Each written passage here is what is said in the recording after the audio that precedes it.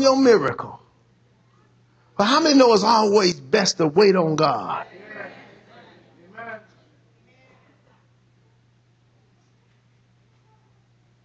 So God tells him to sacrifice his only son. And because of this great sacrifice, he's considered a man of great faith. I'll give you one more story. I'm going to give you touch on a few more things. I'm going to let you go. Turn to 2 Samuel chapter 24. I want to drive home this concept of sacrifice. 2 Samuel 24.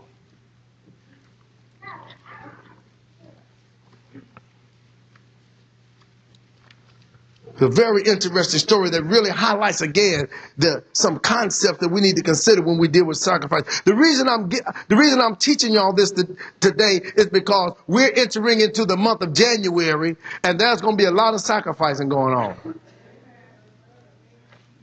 Y'all going to be fasting more than you normally do throughout the year. Some of y'all going to be praying more than you pray throughout the year. Some of you are going to be dedicating your lives to God more than you do throughout the year. And I want to just kind of highlight what real sacrifice is. Because if you really want to receive what God has prescribed for you, you got to know how to sacrifice.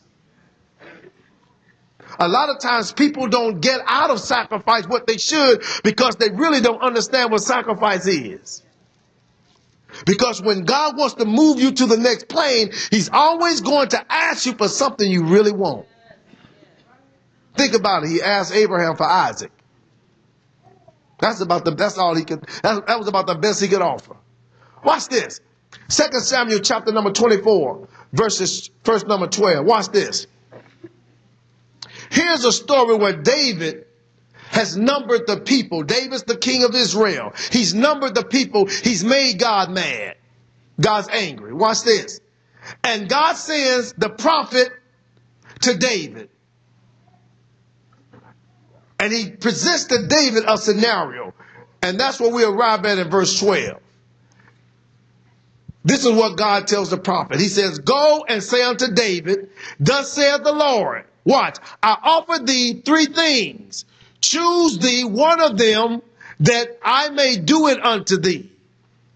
So Gad came to David and told him and said, watch, here's the three choices. Shall 7 years of famine come unto thee in the land? Choice number one. Or wilt thou flee 3 months before thine enemies? Choice number two. While they pursue thee. Or that there be 3 days pestilence in the land? Choice number three. He says, now advise and see what answer I shall return to him that sent me. And David said unto Gad, the same thing I would have said. Man, this is a hard situation. He said, I am in a great strait. I'm in a hard situation. He says, let us fall now into the hand of the Lord, for his mercies are great. And let me not fall into the hand of men. Let me tell you something. It's always better to go with God, no matter what it is. Tell somebody, tell me, you always got to go with God. Watch. So the Lord sent a pestilence upon Israel from morning even to the time appointed. And there died of the people from Dan even unto Beersheba 70,000 men. And when the angel stretched out his hand upon Jerusalem to destroy it, watch, the Lord repented him of the evil and said to the angel that destroyed the people, it is enough. Stay now thine hand. And the angel of the Lord was by the threshing floor of Araunah the Jebusite. Listen to the story. And David spake unto the Lord when he saw the angel that smote the people, and said, lo, I have sinned, and I have done wickedly. But these sheep, what have they done?